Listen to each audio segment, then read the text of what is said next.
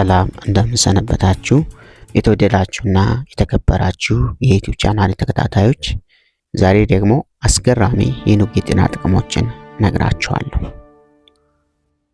አንደኛ፣ በቀላሉ እንቅልፍ እንድንተኛ ይረዳናል። ኑግ በውስጡ ማግኒዥየም፣ ፖታሺየም እንዲሁም ዚንክ የተባለ ንጥረ ነገር የያዘ ሲሆን በውስጣችን የሚመረቱ የሆርሞኖችን መጠን ይቆጣጠራል። በዚህ ምክንያት ሰውነታችን የተረጋጋ እረፍት እንዲያገኝ ይረዳናል።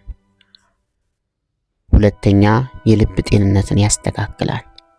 የኑግ ዘይት በሰውነታችን ውስጥ የሚገኙትን አላስፈላጊ የስብ ክምችትን ያስተካክላል። ምክንያቱም በውስጡ ኦሜጋ 3 የተባለ ፋቲ አሲድ ስለሚይዝ የደም ቧንቧ መጥበብን ይቀንሳል።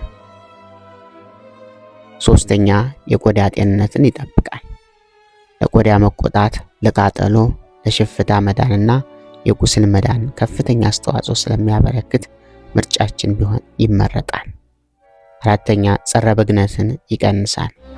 የኑግ ዘይት በውስጡ ጸረ ብግነት እና አንቲኦክሲዳንት ስለሚይዝ ለመገጣጠሚያ፣ የርሄ፣ ለትኩሳትና የደም ግፊትን ለመከላከል ይጠቅማል።